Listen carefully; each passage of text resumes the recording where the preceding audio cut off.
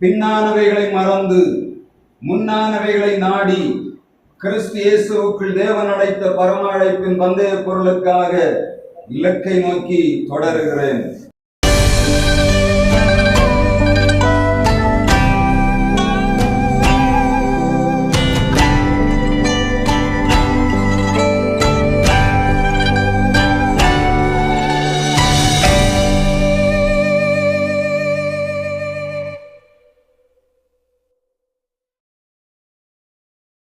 நம்முடைய பிதாவாகிய தேவனாலும் குமாரனாய் இயேசு கிறிஸ்துவினாலும் பரிசுத்த ஆவியினாலும் உங்களுக்கு திரும்பவும் வாழ்த்துதலை தெரிவிக்கிறேன்.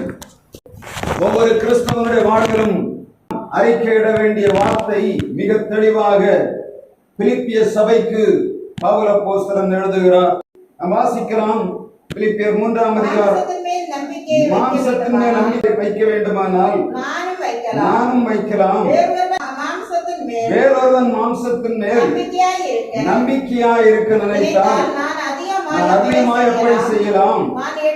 நான் 8ஆம் நாளில் விருத்த சேதனம் அடைந்தவன், இஸ்ரவேல் வம்சத்தால், பென்யமீன் கோத்திரத்தால், எபிரேயர் பிறந்த எபிரேயன், நியாயப்பிரமாணத்தின்படி பரிசேயன், பக்தி வைராக்கியத்தின்படி சபையை துன்பப்படுத்தினவன், நியாயப்பிரமாணத்திற்குரிய நீதியின்படி குற்றம் சாட்டப்படாதவன், ஆகிலும் எனக்கு லாபமாயிருந்தவைகளோ அவைகளை கிறிஸ்துவுக்கென்று நஷ்டம் என்று எண்ணினேன். பவுல் தன்னுடைய வாழ்விலே எழுதும் போது சொல்லுகிறார், நான் எல்லா பாக்கியங்களும் சாக்கியம் உள்ளவனாக இந்த உலகத்திலே பிறந்தேன், எல்லா விதமான அதிகாரமும் பெற்றவனாக இந்த தேசத்திலே நான் காணப்பட்டேன். ஆனால் நான் பின்னானவைகளை மறக்க வேண்டியது இருக்கிறது. எவைகள் எனக்கு லாபமாயிருந்த அனைத்தையும் நான் நஷ்டம் என்று எண்ணுகிறேன். எதற்காக? நான் ஒரு காரியத்தை செய்யும்படியாக அழைக்கப்பட்டிருக்கிறேன்.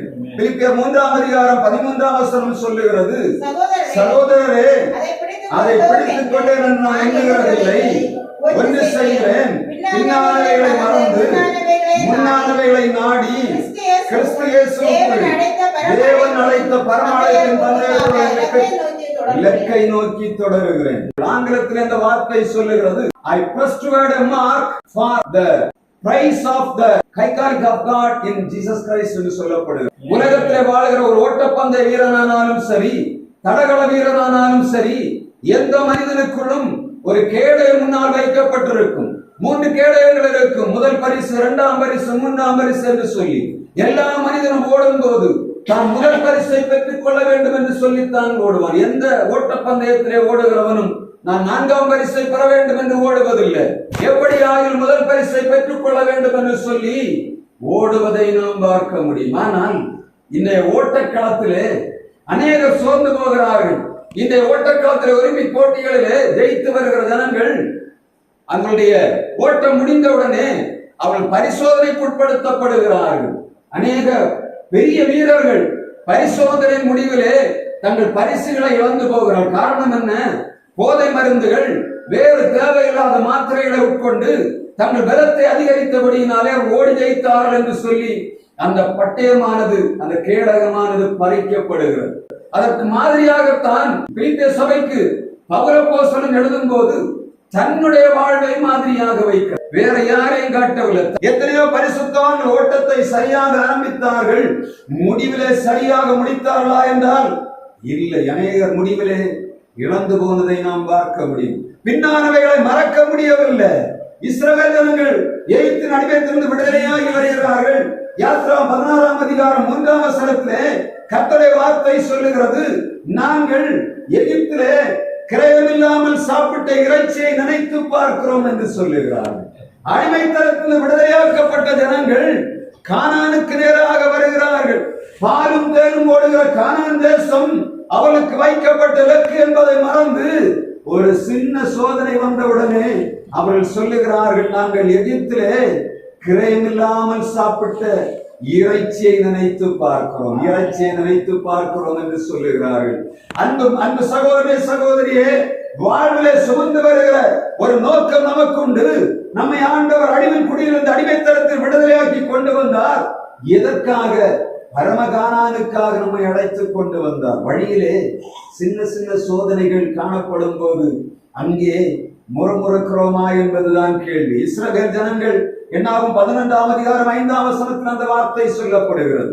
யாத்ராகம் 16ஆம் அதிகாரம் 3ஆம் வசனத்திலும் என்னாகும் 11ஆம் அதிகாரம் 5ஆம் வசனத்திலும் இஸ்ரவேல் ஜனங்கள் சொல்லுகிறார்கள், நாங்கள் எகிப்திலே சாப்பிட்ட கொம்மட்டிக்காய்களையும் வெள்ளரிக்காய்களையும் நினைக்கிறோம், எங்கள் இருதயங்கள் வாடி போகிறது.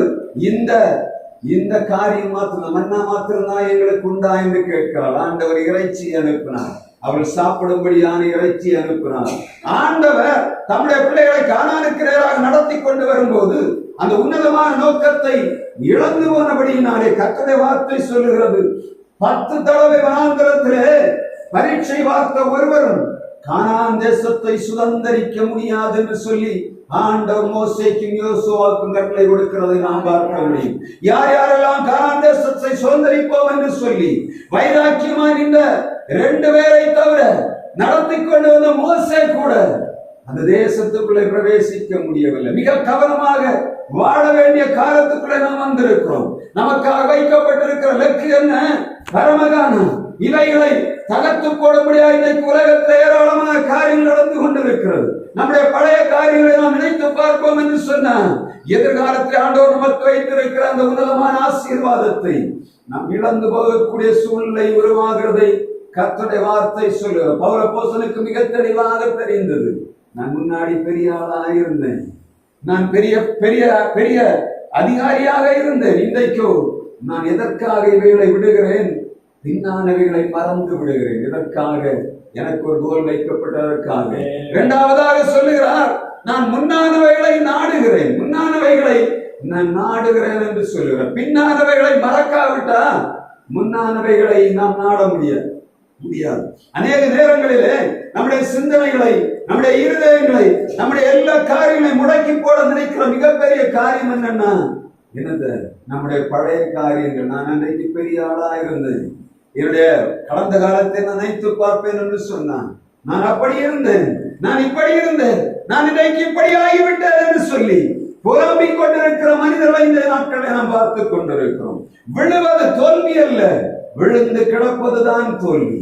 விழுவது தோல்வி அல்ல, விழுந்து கிடப்பதுதான் தோல்வி. வீழ்ச்சியிலிருந்து எழும்பும் போது மாத்திரம்தான் கர்த்தர் நமக்காக வைத்திருக்கிற பரமராஜ்யத்தை நாம் சுதந்திரித்துக் கொள்ள வேண்டும்.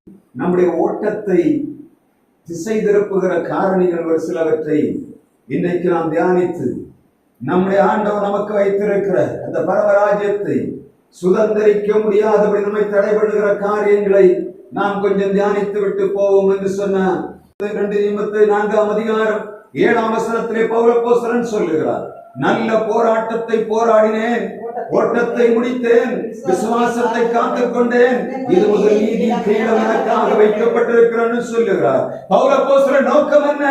அந்த நீதியின் கிரீடத்தை நான் பெற்றுக் கொள்ள வேண்டும்.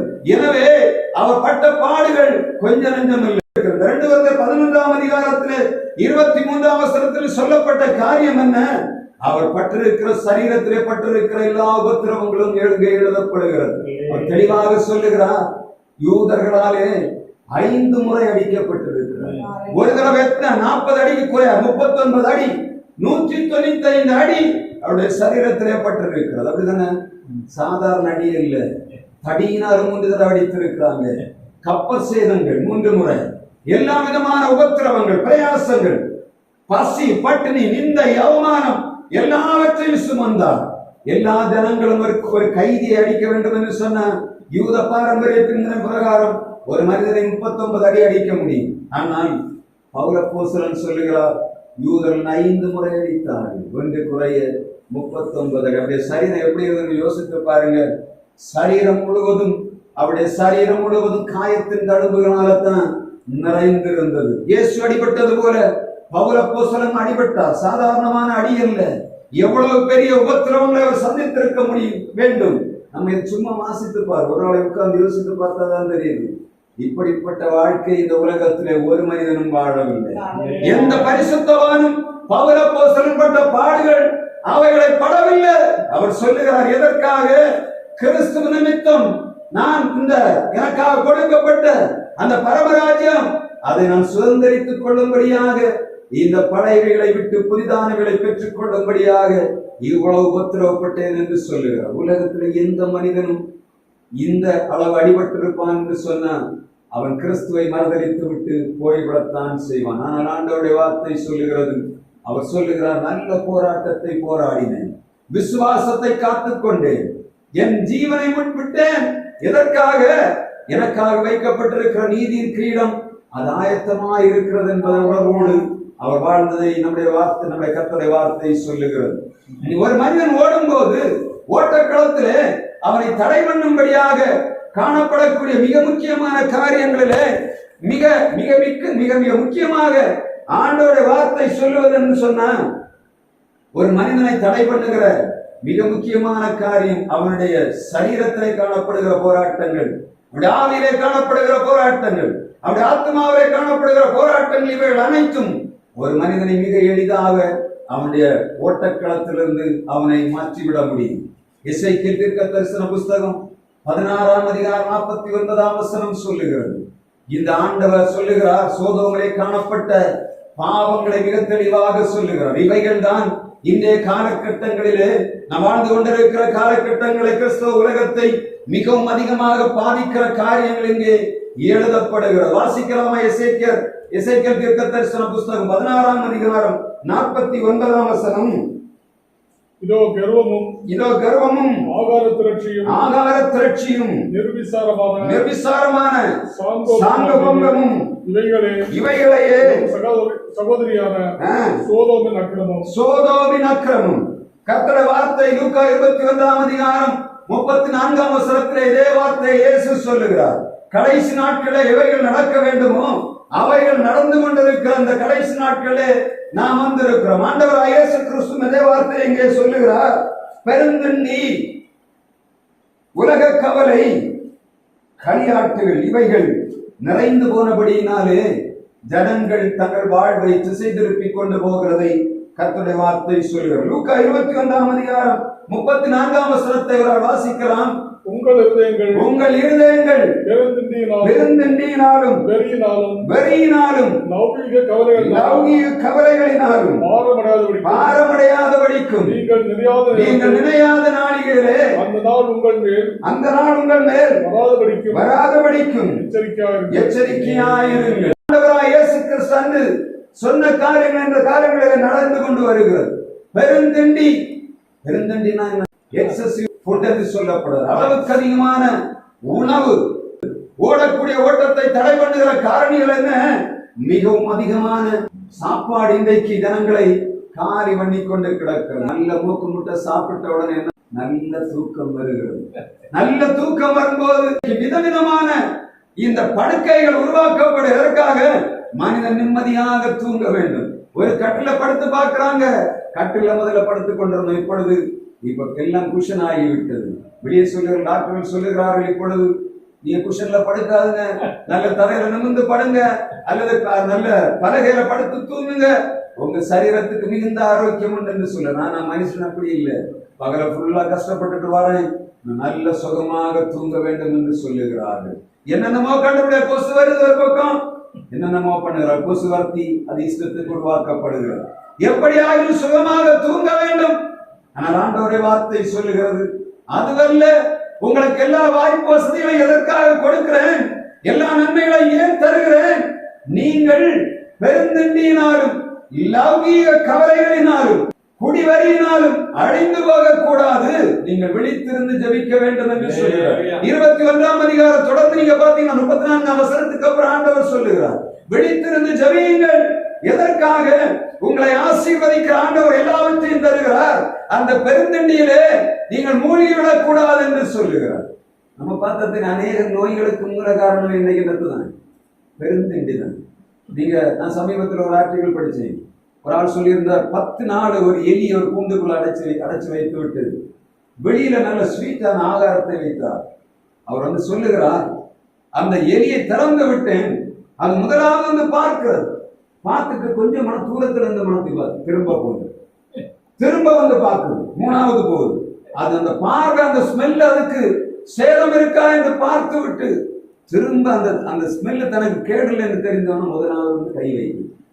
10 நாள் பட்டினியா இருந்த எலி கொடுக்கிற சாப்பாடு விஷம் இருக்கான்னு பார்த்துட்டு சாப்பிடு. ஆனா மனுஷன் இன்னைக்கு என்ன சாப்பாடு சாப்பிடுறதுல ஹோட்டல்ல போய் உட்கார்ந்தோன்னு நமக்கு முன்னாக வைக்கப்படுகிற ஆகாரம் இப்ப என்ன ஆகாரம்னே தெரியல. நம்ம தோசை ஆப்பம்னு கேட்கிறோம், வரக்கூடிய என்ன மாவுன்னு தெரியல. என்னென்னமோ வருது, வந்து பார்த்தா எல்லா மசாலையும் போட்டு இப்ப பாத்தீங்கன்னா புதுசா ஒரு கல்ச்சர் வந்திருக்கு ஃபாஸ்ட் ஃபுட்ல. என்னென்னமோ வாரி போடுகிறோம், என்ன போடுறோம் நமக்கே தெரியல. ஆனா அது என்ன பண்ணுறோம், சுகமா வாங்கி நாமும் சாப்பிடுகிறோம், பிள்ளைகளுக்கும் கொடுக்கிறோம்.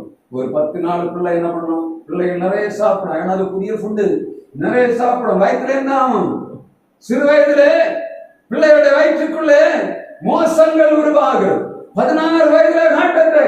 காரணம் என்ன, பிள்ளைகள் ஜங்க் ஃபுட் நிரப்பி விட்டார். வயது முழுவதும் எப்படி, காலையில போகும்போது பிள்ளைகளுக்கு போகும்போது வீட்டுல பால் காஃபி எல்லாம் கொடுத்து விடுகிறார்கள். 10-11 மணிக்கு ஒரு ஸ்நாக்ஸ் கொடுக்கிறார்கள், அதுல ஒரு சரியான பார்த்து இருக்கும். 1 மணிக்கு சாப்பாடு, 3 மணிக்கு அடுத்த சாப்பாடு, ஜங்க் ஃபுட் கொடுக்கிறார்கள். வீட்டுல வந்தோன்னா திரும்ப என்ன பண்ணும், ஏதாவது அவிச்சு பொரிச்சு போடுற. பிள்ளைகள் என்ன பண்ணுது, ஜங்க் ஃபுட் சாப்பிட்டு வயரெல்லாம் டம்மு டம்முன்னு இருக்கு. பிள்ளைகள் புரிய முடியல. நோய்கள் வந்தோட டாக்டர்கிட்ட போகிறோம். டாக்டர்கள் என்ன பண்ணுகிறார்கள், வயத்துக்கு தான் முதல்ல ஆகாரம் கொடுக்கிறார்கள். டாக்டருக்கு என்ன தெரியும், முதல்ல போகணும்னு என்ன கொடுப்பாங்க, வயிற்றுல உள்ள காரியம் ஜீரணிக்கணும்னா மருந்து கொடுப்பாங்க. கொடுக்குற மருந்து நான் பேசாதான் இருக்கும். ஆனா வயறு புண்ணான உரம் என்ன பண்ண முடியும், வயறு புண்ணான உரம் ஒண்ணுமே செய்யும். வயறு புண்ணாயிடுச்சுனால என்னாச்சு, எல்லா நோய் மனுஷனுக்கு வந்தாச்சு. அதுக்கு மேல அவனுக்கு அந்த வயறு புண்ணு குணாவாம அவன் என்ன சாப்பிட்டாலும் அவனுக்கு ஜீரணிக்காது. அவன் என்ன சாப்பிட்டாலும் ரத்தமாகும். அவனுக்கு வயறு கேடாய்விட்டால் எல்லாம் முடிஞ்சு போச்சு. அதான் ஆண்டவர் சொல்லுகிறார், ஜீரணிக்கக்கூடிய உணவை சாப்பிடணும், தேவைக்கு சாப்பிடணும். ஆண்டவர் சொல்ல உபவாசம் இருக்க சொல்லுகிறார். வாரத்தில் ஒரு நாளாவது ஒரு நேரமாவது உபவாசம் இருந்தா என்ன பண்ணணும், இந்த குடப்பெல்லாம் கொஞ்சம் கரைஞ்சி கொஞ்சம் நிம்மதியா வயரம் குடலாம், கொஞ்சம் ஆசுவாசமாக. அது மட்டும் செய்யறதில்லை, 24 மணி நேரமும் சாப்பிடுவதற்கு நாம் ஆயத்தமாக ஆகிவிட்டோம். இரவு நேரத்திலும் கடை திறந்து வைக்க வேண்டும் என்று அரசாங்கம் இப்பொழுது சொல்லிவிட்டது. ஏன்னா 24 மணி நேரம் கடையை திறந்து வச்சா 24 மணி நேரம் தண்ணி அடிக்கலாம், 24 மணி நேரம் சாப்பிடலாம். ஏன்னா சாராயம் விற்பனை குறைஞ்சி போச்சு. இப்ப என்ன பண்ணணும், ராத்திரி தண்ணி அடிக்க போன எத்தனை மணி நேரம் தண்ணி அடிச்சுட்டு வந்து சாப்பாடு இருக்கணும். அப்ப அதை மறைமுகமாக தந்திரமாக செய்து கொண்டிருக்கிற சாத்தான். இரவு நேரம் யாருக்குரியது, இரவு நேரம் மிருகங்களுக்குரியது. நம்ம என்ன பண்ணுகிறோம், மிருகத்தை விட கேவலமாகிவிட்டோம். ஏன்னா எங்க பார்த்தாலும் இரவு முழுவதும் வெளிச்சம் பகலை போல மாறிவிட்டது. எல்லா இடத்திலும் உணவு தாராளம் கிடைக்கிறது. இரவு நேரத்துல இந்த காட்டு மிருகங்கள் வேட்டையாட போகிறது போல நாம் இரவு நேரங்களில் எல்லாரும் வேட்டையாட கிளம்பி விட்டோம். எல்லாம் நல்லா சாப்பிட்டு 10 மணிக்கு சாப்பிட்டு முடிச்ச சொல்லுகிறாங்க, சாப்பாடு சரியில்லை டாடி, நம்ம அந்த ஹோட்டல்ல போய் சாப்பிட, அங்க போற 12 மணிக்கு சாப்பாடு அங்க போய் தங்கி போட்டு ஏற்றுறாங்க. மோசமான சூழ்நிலைகளுக்குள்ளே உலகம் போகிறது. கர்த்தர் சொன்ன அந்த கடைசி நாட்கள் இவைகள் தான். இது நமக்கு நிலத்தில் ஒரு 50 வருஷத்துக்கு முன்னாடி நம்ம என்ன சாப்பிட்டு கலந்து கிடைச்சது, அரிசி கிடைக்கல. இன்னைக்கு அரிசியும் தாண்டி வருஷத்துக்கு ஒருக்காதான் என்ன பண்ணுவாங்க, பண்டிகை நாட்கள்லாம் இறைச்சி கிடைக்கும். இன்னும் எங்க பார்த்தாலும் எங்க திரும்பினாலும் ஆடி தொங்க விட்டு இருக்கிறாங்க, எப்ப வேணாலும் கறி கிடைக்கும். இதையும் தாண்டி ஃப்ரிட்ஜ் அடுக்குள்ள கிடக்கிறது விதம் விதமான கறி. இந்த மாட்டுக்கறி, ஆட்டுக்கறியில, பன்னிக்கறிக்கார என்னென்னமோ கறிகளை ஆடித்தெல்லாம் டேஸ்ட் பண்ணி சாப்பிட ஆரம்பித்து விட்டார். என்ன ஆகுது, கடைசி காலத்தில் ஆண்டவர் சொன்ன காரியங்கள் நடைபெற்றுக் கொண்டு கர்த்தருடைய வார்த்தை சொல்லுகிறது, உங்கள் இருதயம் பெருந்தண்டியினாலே மாறமடைய கூடாது. எங்கே நம்முடைய ஓட்டத்தை தடை பண்ணுகிற மிக முக்கியமான காரியம் நம்முடைய சரீரம். நம்முடைய சரீரத்துக்கு எதை கொடுக்கிறோம், கொடுக்க வேண்டிய ஆகாரத்தை கொடுப்பதற்கு பதிலாக எக்ஸஸா கொடுக்கும் போது என்ன பண்ணும், அந்த பிரச்சனை. நான் பார்த்துருக்கேன், அரை வயிற்று சாப்பிட்டேன்னா காலையில் சீக்கிரம் இறங்குவேன். நல்ல வயர் மூக்கு முட்டை சாப்பிட்டு சாப்பிட்டேன்னா 5 மணிக்கு போன முடியாது. ஏன்னா அவ்வளோ வேதனை இருக்கு. அந்த வயர் ஜீரணிக்கிறது வேற, அது வேண்டாத வேற பண்ணணும். இரவு நேரத்தில் தூக்கமும் வராது. வயர் நிலையத்துல சாப்பிட்டோம்னா இரவு நேரத்தில் ஆறாவது சாப்பாடு சாப்பிட்டு தூங்கினா நிம்மதியாக கொஞ்சம் பசிக்கிற மாதிரி தான் இருக்கு. ஆனால் தூக்கம் எப்படி கரெக்டா காலையில் ரொம்ப ஃப்ரெஷ்ஷாக இருக்கும். காலை நேரத்துல சாப்பிடணும், மத்தியானத்தில் சாப்பிடணும், இரவு நேரத்துல அரை சாப்பாடு சாப்பிடணும்னு நம்முடைய டாக்டர் சொல்லுவாங்க. நானும் அதுதான் சொல்லுவேன், நான் அதை கடைபிடிக்கிறதாக சொல்லுவேன். நம்ம 3 நேரமும் ஃபாஸ்டிங் தான். நம்ம 3 நேரம் எப்படி பண்ணுகிறோம், நான் முழுசாக எடுத்து சாப்பிடல. ஒரு நேரம் நல்ல சாப்பாடு கிடைக்கும், மற்ற 2 நேரங்களில் நான் அரை சாப்பாடு தான் சாப்பிடுவேன். அதனால தைரியமா இருக்கிறேன். ஏன்னா உடம்பு ஏன் காரணம் தான். நான் என்னதான் சாப்பிட்டாலே உடம்பு ஏறக்கூடாது. எல்லாரும் சொன்னாங்க, என்ன டிப்பா வச்சிருக்காரு அப்படின்னு. நான் தான் தெரியும், நான் என்ன சாப்பிடுறேன், நான் மாத்திரம் தேவையில்லாம சாப்பிட்டா என்ன பண்ணணும், படுக்க போட்டு. அதனால ரொம்ப கவனமாக சாப்பிடும். உங்கள் இருதயம் என்ன பண்ணணும், பெருந்தண்டியினால சேதமாக கூடாது. கர்த்தருடைய வருகை மிக சீக்கிரமாக இருக்கிறது. நம்முடைய நம்முடைய இலக்கு தவறி போக கூடாது. நம்முடைய சாப்பாடு தான் நம்முடைய பிரதானமான நோக்கமாக மாறி போனார். நம்முடைய இலக்கு தகர்ந்து போகும் என்று கர்த்தருடைய வார்த்தை சொல்லுது. அதே லூக்கா 21ஆம் அதிகாரம் 34ஆம் வசனத்துல 2வது ஆண்டவர் சொல்லுகிறார், உங்கள் இருதயம் வரியினாலே சேதமடைய கூடாது. வரின்னு சொன்ன ஆங்கிலத்தில் பங்கன்னஸ் என்று எழுதப்பட்டிருக்கிறது. இந்த வரி சாராயத்தினால் மாத்திரம் அல்ல, வரி அநேக வரிகள் வருகிறது. கொலை வரியும் ஒரு வரிதான், சாராயம் குடித்துக் கொண்டு திரிகிறது ஒரு வரிதான். எல்லா விதமான காரியங்களும் ஒருதனை நாம் தீர்க்க வேண்டும் என்று நினைக்கிறோம் என்று சொன்னால் அதுவும் வரிதான். வரிதான கோபத்துக்கு உச்சகட்டம் என்னதுதான் வரி. ஆண்டவர் சொல்லுகிறார், உங்கள் இருதயம் வரியினாலே பாரமடையக்கூடாது. பாவம் பாரத்தை தள்ளி போட வேண்டிய நாம் நம்முடைய வரியானது காணப்படக்கூடாது. அநேக நேரங்களில் சிலருக்கு துணி வரி, சிலருக்கு வேற என்ன வரி, எப்படியாவது நான் நிறைய சொத்தை வாங்கி போட்டு அதுல அப்படியே குவிஞ்சு கிடக்கணும்னு உள்ள வரி. எங்க பார்த்தாலும் சரி, எங்க சென்ட் 10 சென்ட் வந்தாலும் வாங்க போடுவாங்க. அந்த வரி எல்லாம் கடைசியில முடிச்சுட்டு பார்த்தா கிடக்கிற இடத்துல கடைசியில படுத்து கிடக்கு என்ன பண்ணுவாங்க, படுத்து கிடக்கு. ஏன்னா நடந்து போகும்போது பார்த்தா டாக்டரை நம்ம சொல்ல முடியும், அவர் மிகப்பெரிய பணக்காரன். ஆனா என்ன பண்ணார், நல்ல காரியம் செய்தார். அவர் சம்பாதிக்கிற பணத்துல 90% என்ன பண்ணார், ஏழைகளுக்கும் அவர்கள் அந்த என்டர்பிரைனர்ஸ் சொல்லக்கூடிய தொழில்கள் செய்யக்கூடியவர்களுக்கு அவர் உதவி செய்ததை ஆண்டவருடைய அவருடைய வாழ்க்கையில நான் பார்த்தேன். அதே போல இப்பொழுது ஒரு கூட்டம் எழுப்பி இருக்கிற முகேஷ் அம்பானி கூட்டத்தை பார்த்தீங்கன்னா ஒரு பைசா யாருக்கும் தானம் பண்ண மாட்டாங்க, மொத்தமா சேர்த்து கொண்டு வருகிறார். எங்க கொண்டு போய் கொடுப்பார்கள் தெரியவில்லை. வரி என்ன வரி, குடிக்கிறவனுக்கு வாட்டர் பத்தாது, ஆஃப் பத்தாது, முழுசா குடிச்சாலும் அவனுக்கு பத்து இல்லை. காரணம் என்ன, அவனுக்கு குடித்து குடித்து குடித்து அந்த குடியினாலே அழிந்து போகக்கூடிய அளவுல இந்த நாட்களில் எல்லாம் ஃப்ரீயா கிடைக்குது. நான் சொன்னீங்க, சுவாசனம் கூட 2000 ரூபாய் ஒருத்தர் வாங்கி கடன் வாங்கி உட்கார்ந்து குடிக்கிறாங்க. அவ்வளவு மோசமான சூழ்நிலைக்குள்ளே வந்து விட்டோம். கேட்ட சொல்லுகிறாங்க, கிறிஸ்தவர்கள் கமிட்டியில இருக்கிறாங்க, மூக்கு முட்டை குடிக்கிறாங்க. ஏய், நீ கமிட்டியில இருக்கிற, குடிக்காத, நீர் யார் எங்களை கேட்கறதுக்கு? நாங்க எங்க இஷ்டத்தை குடிப்போம். இதுவரை ஒருத்தனம் குடிக்காதுன்னு சொல்லல, நீர் வந்து யாவை குடிக்காதுன்னு சொல்லி கேட்கிறாங்க. எப்படி இதுவரை இருந்த ஒருத்தனம் குடிக்காதுன்னு சொல்ல, நல்ல குடிங்க. ஏன்னா கவலை இல்லை, போனமா கடமை நிறைவேற்றினமா போனா போதும். இந்த ஜனங்கள் மனம் திரும்பி ஆசீர்வாதத்தை பெற்று ஆண்டவர் உலகத்திலே அவளை தெரிந்து கொண்ட நோக்கத்தை ஒரு மனிதன் சொல்லிக் கொடுப்பான் என்று சொன்னா அவனங்க கேட்க மாட்டாங்க. கிறிஸ்தவ உலகம் அப்படித்தான் இருக்கு. அடுத்த ஸ்டெப் என்ன வரும் தெரியுமா, முதல்ல ஒரு முட்டை கடிதா செய்வாங்க, இந்த பாஸ்டர் சரியே இல்லை, என்னென்னமோ பேசுகிறான், எங்களை எல்லாம் சாபம் போடுகிறான். எப்படி குடிச்சா நீ செத்து போக வேண்டியதுன்னா சாபமா, குடிச்சா செத்து போனா சாபமா,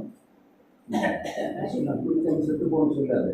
நாங்க குடிப்போம், இதுவரை குடிச்சிருக்கா, இன்னும் குடிக்க போறோம், அதை பற்றி நீரு கவலைப்படாது. நாங்க குடிப்போம், குடிச்சு குடிச்சு குடிச்சு நாங்க இஷ்டத்துக்கு வாழ்வோம் என்று சொல்லி எதுக்காக ஆலயத்துக்கு வருகிறார்கள், பாவத்திலிருந்து விடுதலையாக வேண்டும் என்று சொல்லித்தான் ஆண்டவர் என்ன பண்ணினார். ஆண்டவர் தம்முடைய சுயரத்தத்தை சிந்தி ஆலயத்தை உருவாக்கினார். தம்முடைய திருச்சபை ஆண்டவர் எதனாலே உருவாக்கினார், அவருடைய இரத்தத்தினாலே உருவாக்கினார். ஆனால் இன்றைக்கோ ஜனங்கள் அவைகளை மறந்து களியாட்டுகளிலும் வெறியாட்டுகளிலும் போனபடியினாலே கர்த்தருடைய வார்த்தை சொல்லுகிறது, ஜனங்கள் தாங்கள் போக வேண்டிய பாதை இழந்து போனார்கள். இன்றைக்கு உலகத்திலே வாழ வேண்டும், மற்றவர்களை போல வாழ வேண்டும் என்று நினைக்கிறார்களே தவிர அழைக்கப்பட்ட ஆண்டவரை, தனக்காக ஜீவன் கொடுத்த ஆண்டவரை மறந்து போகிற கடைசி நாட்களிலே நாம் வந்திருக்கிறோம். இந்த வார்த்தை எங்கிருந்து வருகிறது, இயேசுவின் வார்த்தையின் வாயிலிருந்து தான் வருகிறது. உங்கள் இருதயம் என்ன பெருந்திண்டியினாலே கவலைப்படக்கூடாது, உங்கள் இருதயம் பாரமடையக்கூடாது. இதனாலே குடிவரியினாலே மற்ற எந்த வரியினாலும் அது பாரமடையக்கூடாது. அப்ப எப்படி இருக்கணும், இருதயம் லகுவாக காணப்படும். இருதயம் எப்பொழுதும் ஆண்டவருக்கு முன்பாக லெதுவாக காணப்பட வேண்டும் என்று சொல்லுகிறார். லூக்கா 21:34 அடுத்தபடியாக ஆண்டவர் சொல்லுகிறார், உங்கள் இருதயம் பெருந்தண்டியினாலும் லௌகீக கவலைகளினாலும் பாரமடையாதபடி. லௌகீக கவலைகள் உலகத்திலே காணப்படுகிற மிகப்பெரிய காரியம் லௌகீக கவலைகள். லௌகீக கவலைகளுக்கு ஆண்டவர் இயேசு கிறிஸ்து சொல்லுகிறார். மத்தேயு 6:32-32 ஆண்டவர் சொல்லுகிறார், நீங்கள் உங்களுக்கு ஆகாரம் இல்லை என்று சொல்லி கவலைப்படாதுங்க. ஏன்னா உங்களை படைத்த ஆண்டவர் என்ன பண்ணுகிறார், உங்களுக்கு ஆகாரம் தர வேண்டும் என்று ஆண்டவர் எல்லாவற்றிலும் கரிசனை உள்ளவராக இருக்கிறார் சொல்லுகிறார். உங்கள் இருதயம் எப்படி கவலைப்படக்கூடாது, உங்களுக்கு நீங்கள் எண்ணத்தை குடிப்போம், எண்ணத்தை உடுப்போம், எண்ணத்தை புசிப்போம் என்று சொல்லி கவலைப்படாதிருங்கள் என்று சொல்லுகிறார். கிறிஸ்தவத்தின் இலக்கு இன்றைக்கு தகர்ந்து போகக்கூடிய காரியம் இதுதான். மத்தேயு 13 ஆண்டவர் விதைக்கிறவனுடைய விதைவை ஓமையை சொல்லுகிறார். சொல்லிவிட்டு சொல்லுகிறார், இந்த முள்ளுள்ள இடங்களிலே விதைக்கப்பட்டவர்கள் தீவிரமாக வளருகிறார்கள். ஆனால் இந்த உலக கவலைகள் அவளை மயக்கினபடியினாலே பலனற்று போனார் என்று கர்த்தருடைய வார்த்தை சொல்லுகிறது. ஆண்டவர் தம்முடைய பிள்ளைகளை எதற்காக அழைக்கிறார், எதற்காக விதைக்கிறார், அது கனி கொடுக்க வேண்டும், பலன் கொடுக்க வேண்டும் என்று சொல்லித்தான் ஆண்டவர் விதைகளை தூவுகிறார். அப்படிதானே? வசனத்தை கேட்டவுடனே ஏற்றுக்கொள்ளுகிறார்கள், வேர் கொள்ளுகிறார்கள். அவர்கள் கனி கொடுக்கக்கூடிய நேரம் வருவதற்கு முன்பாக களைகளினாலே முற்களினாலே அவர்கள் நெருக்கப்பட்டு போகிறதை ஆண்டவருடைய வார்த்தை சொல்லுகிறது. மிக எச்சரிப்பாக வாழ வேண்டிய கடைசி நாட்களில் நாம் வந்திருக்கிறோம். ஓட்டம் ஆண்டவருக்கு நேராக நம்முடைய ஓட்டமானது நம்முடைய ஆண்டவர் வைத்திருக்கிற அந்த உன்னதமான காரியத்தை நோக்கி ஓடும் என்று சொன்ன இந்த 3 காரியங்களிலும் நாம் விடுதலை வர கலாத்தியர் 5:21 கர்த்தருடைய வார்த்தை அதைத்தான் சொல்லுகிறது. இந்த மனிதர்கள் என்ன செய்கிறார்கள், உலக கவலைகள், இந்த களியாட்டுகள் வெறியாட்டுகள் மத்தியில போனபடியினாலே பாவத்தின் நிச்சயங்களுக்குள்ளே சிக்கி வெளியே வர முடியாதபடி தத்தளிக்கிறார்கள். பாவம் பாரும் இவைகளை தள்ளி கர்த்தர் நமக்காக வைத்திருக்கிற ஓட்டத்தை ஜெயமாக ஓட வேண்டும் என்று கர்த்தருடைய வார்த்தை சொல்லுகிறது. இன்னொரு காரியத்தை இங்கே எபிரேயர் நிருபக்காரர் 12 ஒரு காரியம் சொல்லப்படுகிறது. முன்னானவைகள் எவைகள்? வசனம் சொல்லுகிற 12 அவர் தமக்கு முன்பாக வைக்கப்பட்ட சந்தோஷத்தின் பொருட்டு. பவுல் அப்போஸ்தலன் சொல்லுகிறார், எனக்கு வைக்கப்பட்டிருக்கிற கிரீடம் அதை நான் பெற்றுக்கொள்ள வேண்டும், எனக்கு முன்னாக வைக்கப்பட்டிருக்கிற ஓட்டத்தை ஜெயமாக ஓடி அதை நான் பெற்றுக்கொள்ள வேண்டும் என்று சொல்லுகிறார். எபிரேயர் நிருபக்காரர் எழுதும்போது தமக்கு முன்பாக வைக்கப்பட்ட அவமானத்தை எப்படி சகிக்கிறார்? தனக்கு முன்னால் வைக்கப்பட்டிருக்கிற சந்தோஷம் என்று இருக்கிறது. என்ன சந்தோஷம்? இந்த பாவிகளை நான் மீட்டெடுத்து இவர்களுக்காக ஜீவனை கொடுத்து திரளான ஜனங்களை தம்முடைய ராஜ்யத்துக்கு, பிதாவின் ராஜ்யத்துக்கு சேர்த்துக் கொள்ளுகிற அந்த எண்ணத்தை நினைத்த ஆண்டவர் சந்தோஷப்பட்டதாக கர்த்தருடைய வார்த்தை சொல்லி 12 வாசிக்க முடியுமா? அவர்கள் தமக்கு முன்பு வைத்திருந்த சந்தோஷத்தின் பொருட்டு அவமானத்தை எண்ணாமல் சிலுவையை சகித்து தேவனுடைய சிங்காசனத்தின் வலது பாரிசத்திலே வீற்றிருக்கிறார். எப்படி? தமக்கு முன்பாக வைக்கப்பட்டிருக்கிற சந்தோஷம் அது என்ன? பிதாவின் வலது பாரிசத்திலே உட்கார்ந்திருந்து அவர் சொல்லுகிறார், இந்த மனுக்குலத்திற்காக நான் பாடுபட்டேன், இவர்களுக்காக ரத்தம் சிந்தினேன், இவர்களுக்காக பரிந்து பேசினேன், இவர்கள் உங்களுடைய ராஜ்யத்திலே வரும்படியாக இவர்களுக்காக ஜீவனை நான் கொடுத்திருக்கிறேன், இதற்காக என்னுடைய சந்தோஷம் இவர்களிலே நிறைவாய் இருக்கும்படியாக நான் பரிசுத்த ஆவியானவரை அனுப்புகிறேன் என்று சொல்றார். ஆண்டவருடைய வார்த்தை சொல்லுகிற உலகத்திலே நாம் ஜெயிக்க வேண்டும் என்று சொன்னா பின்னானவைகளை மறக்க வேண்டும், முன்னானவைகளை நாட வேண்டும். கிறிஸ்து இயேசுவுக்குள்ளே நமக்கு ஆண்டவர் வைத்திருக்கிற பரமழைப்பின் பந்தய பொருளை நோக்கி நாம் வெட்கை நோக்கி ஓட வேண்டும் என்று சொன்னான். என்ன செய்யணும்? நமக்காக வைத்திருக்கிற சந்தோஷத்தை, சமாதானத்தை எண்ணி ஓட வேண்டும். உலகத்தில் நாம் காணக்கூடிய எல்லா காட்சிகளும் நாம் சந்தோஷப்பட முடியாத நம்முடைய சந்தோஷத்தை நாம் அனுபவிக்க முடியுமா என்று தெரியவில்லை. எங்க போனாலும் சரி, ஜனங்கள் தங்களுடைய சந்தோஷங்களை இழந்து, சமாதானத்தை இழந்து கிடக்கிற நாட்களிலே ஆண்டவருடைய பிள்ளைகளாகிய நமக்கு ஆண்டவர் தந்திருக்கிறது என்ன? நமக்கும் இல்லை, எல்லா மனிதர்களை போல உள்ள பிரச்சனைகள் நமக்கும் உண்டு. ஆனால் நம்முடைய இலக்கு ஆண்டவர் நமக்கு வைத்திருக்கிற அந்த சந்தோஷத்தை நாம் நினைவு கூறுவோம் என்று சொன்னால் ஆண்டவருடைய சமாதான இருதயங்களை ஆளுகை செய்யும் இந்த பரமராஜ்யத்துக்கு அவகாசிகளாய் நாம் மாற முடியும். மூன்றாவதாக முன்னாக வைக்கப்பட்டிருக்கிற காரியம் பிலிப்பியர் 3ஆம் அதிகாரம் 8ஆம் வசனம், இயேசுவை அறிவும் அறிவு. இங்கே அவருக்கு முன்பாக வைக்கப்பட்டிருக்கிற மிகப்பெரிய ஸ்லாக்கியம். அவர் பின்னானவைகளை மறக்கிறார், முன்னானவைகளை நாடும் போது அவர் சொல்லுகிறார், நான் கர்த்தராகிய இயேசு கிறிஸ்துவை அறிகிற அறிவின் மேன்மை. உலகத்திலே எல்லா கலைகளையும் நாம் கற்றுக்கொள்ள முடியும், ஆனால் இயேசுவை பற்றி அறிகிற அறிவு மாத்திரம் ஒரு மனிதனுக்கு இல்லை என்று சொன்னால் அவன் இந்த உலகத்திலே கிறிஸ்தவனாக வாழ்வதனால் எந்த விதமான பிரயோஜனமும் இல்லை.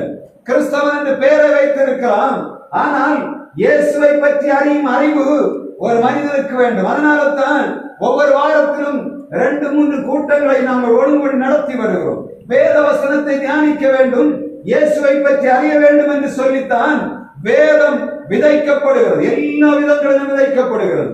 நம்ம நெற்றை பார்ப்போம் என்று சொன்னா விதவிதமான ஊழியங்கள் நடந்து கொண்டிருக்கிறது. வசனங்கள் எல்லை இல்லாமல் விரிந்து கிடக்கிறது. ஆனால் அதை பார்ப்பதற்கு பதிலாக உலகம் எவைகளை அறியும்படியாக தேடுகிறது. தங்கள் சுய ஞானங்களை அதை தங்களுடைய சுய அறிவு, உலகத்தின் அறிவு, மற்ற எல்லா அறிவுகளையும் தங்களுடைய வாழ்விலே பெற்று அனுபவிக்க வேண்டும் என்று சொல்லி போராடுகிறது. ஆனால் கிறிஸ்துவை பற்றி அறியும் அறிவு மனிதர்களுக்கு இன்றைக்கு இருப்பதில்லை. அதனால தான் இவ்வளவு குழப்பங்களுக்கும் காரணம். கிறிஸ்துவை பற்றி அறிவு என்று சொன்னா என்ன? நானே வழியும் சத்தியம் ஜீவனுமாய் இருக்கிறேன் என்று சொன்ன ஆண்டவர் உலகத்திலே வாழ்ந்த நாட்களிலே ஒரு நாளிலும் இந்த உலகத்துக்காக ஒன்றையுமே செய்து வைத்து விட்டு போகல. அப்படித்தானே? பிலாத்துக்கு முன்பாக இயேசு நிற்கிறார். பிலாத்து கேட்கிறான், நீ யூதருக்கு ராஜாவா? ஆம். அப்படியானால் அவர் சொல்லுகிறார், நான் யூதருக்கு ராஜா தான், ஆனால் என்னுடைய ராஜ்யம் இந்த உலகத்துக்குரியதல்ல. இந்த ராஜ்யம் என்னுடைய ராஜ்யம் இந்த உலகத்துக்குரியதல்ல. இயேசு சொல்லுகிறார், இந்த உலகத்தின் ராஜ்யம் என்னுடைய ராஜ்யம் அல்ல, அது பிதாவின் ராஜ்யம். பிதாவின் ராஜ்யம் என்ன? ரோமர் 14ஆம் அதிகாரத்திலே சொல்லப்படுகிறது. ஆண்டவருடைய ராஜ்யம் என்று சொன்னான புசிப்பும் குடிப்பும் அல்ல, அது நீதியின் சமாதானம். 14-17 அது சொல்லுகிறது, தேவனுடைய ராஜ்யம் புசிப்பும் குடிப்பும் அல்ல, அது நீதியின் சமாதானம் பரிசுத்த ஆவியினால் உண்டாகிற மகிழ்ச்சியுமாய் இருக்கிறது என்று கர்த்தருடைய வார்த்தை சொல்லுகிறது. எதை நாம் நாடி தேடுகிறோம்? கர்த்தருடைய வார்த்தை மிக தெளிவாக சொல்லுகிறது. நமக்கு கொடுக்கப்பட்ட ஒரு போராட்டம் என்ன போராட்டம்? நல்ல போராட்டத்தை போராடு, நித்திய ஜீவனை பற்றிக்கொள், அதற்காகவே நீ அழைக்கப்பட்டிருக்கிறாய் என்று சொல்லப்படுகிறது. பிலிப்பிய சபைக்கு பவுல் அப்போஸ்தலன் எழுதும் போது நல்ல போராட்டத்தை போராடுவதற்காக அவர் சொல்லுகிறார், நான் இலக்கை நோக்கி தொடர்கிறேன், எனக்காக அழைக்கப்பட்ட அந்த பரம அழைப்பின் பந்தய பொருளுக்காக இலக்கை நோக்கி தொடர்கிறேன் என்று சொல்லுகிறார். ஆண்டவர் நமக்கு வைத்திருக்கிற அழைப்பு மிக உன்னதமான அழைப்பு. ஆண்டவர் நமக்கு கொடுத்திருக்கிற சாக்கியங்கள் மிக உன்னதமான சாக்கியங்கள். அவைகளை நாம் அனுபவிக்க வேண்டும் என்று சொன்னார். கிறிஸ்தவ நிமித்தம் பாடு பவுல் அப்போஸ்தலன் பெற்றார். கிறிஸ்துவை அறிகிறாரின் மேன்மைக்காக தன்னுடைய எல்லாவற்றையும் விட்டு அவர் தன்னுடைய இயேசுவுக்காக கைப்பணி செய்தார். அவர் எல்லா காரியங்களையும் ஆண்டவருக்காக விட்டு ஆண்டவருடைய பணி செய்யும்படியாக இறங்கி வந்ததை கர்த்தருடைய வார்த்தை சொல்லுகிறது. ஆண்டவராய் இயேசு கிறிஸ்துவை அறிகிறாரின் மேன்மைக்காக எல்லாவற்றையும் நஷ்டம் என்று விட்டேன், குப்பையுமாக எண்ணுகிறேன் என்று சொல்லுகிறார். நம்முடைய ஓட்டத்திலே எவைகளை நாம் கொண்டு ஓடுகிறோம்? நம்முடைய சரீரத்திலே, நம்முடைய ஆத்மாவிலே, நம்முடைய ஆவியிலே விடுதலையோடு ஆண்டவரை தரிசிக்க வேண்டும் என்று ஓடுகிறோமா? இந்த பிரபஞ்சத்துக்காக ஓடுகிறோமா? நம்முடைய சுயத்துக்காக ஓடுகிறோமா என்பதை நினைவில் கொண்டு நாம் வாடும்படியாய் கர்த்தர் நம்மை எச்சரிப்பு கொடுக்கும்படியாய் இந்த நாள் இந்த செய்தியை கொடுக்கிறார். கழிந்த நாளிலே ஆண்டவர் அந்த வார்த்தையை கொடுத்தார். கழிந்த வாரத்தில் கொடுத்த செய்தி என்ன? அவர்கள் ஆட்டுக்குட்டியின் இரத்தத்தினாலும் சாட்சியின் வசனத்தினாலும் அவனை ஜெயித்தார்கள். அவானத்தில் அவள் இருந்த இடம் காணப்படாமற் போயிற்று. அந்த ஜெயத்தின் துணிதான் இங்கே தொடர்ந்து வைக்கப்படுகிறது. கர்த்தருடைய பிள்ளைகளாகிய நாம் நமக்கு வைத்திருக்கிற ஓட்டத்திலே ஜெயமாக ஓடி ஜெயிக்க வேண்டும் என்று சொன்னார். லௌகீக கவலைகள் நம்மை அடுத்தாதபடி பாதுகாக்கணும். நம்முடைய சுயங்களை மேற்கொள்ளாதபடி பாதுகாக்கணும். நம்முடைய வரிகள் எதற்கு நேராக போகிறது என்பதை நாம் பார்த்து மனம் திரும்பும்படியா என்பவர் எதிர்பார்க்கிறார். உலக கவலைகள் இன்றைக்கு விதவிதமாக காணப்படுகிறது. கர்த்தருடைய வார்த்தை சொல்லுகிறது, மனைவிக்கு பிரியமாக இருக்கும்படியாக கணவன் அதற்காக கவலைப்படுகிறான். ஒவ்வொரு மனிதரும் கவலைப்படுகிறார். எதற்காக?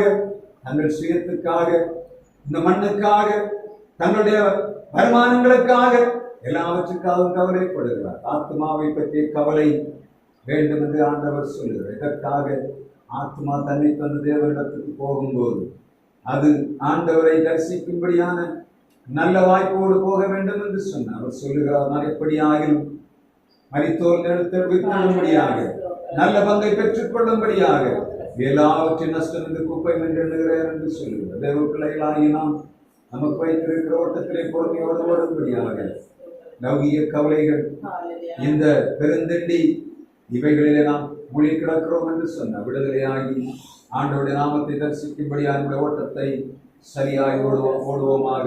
அதற்கு ஆண்டவர் இரக்கம் பாராட்டுவாராக. ஆமென்.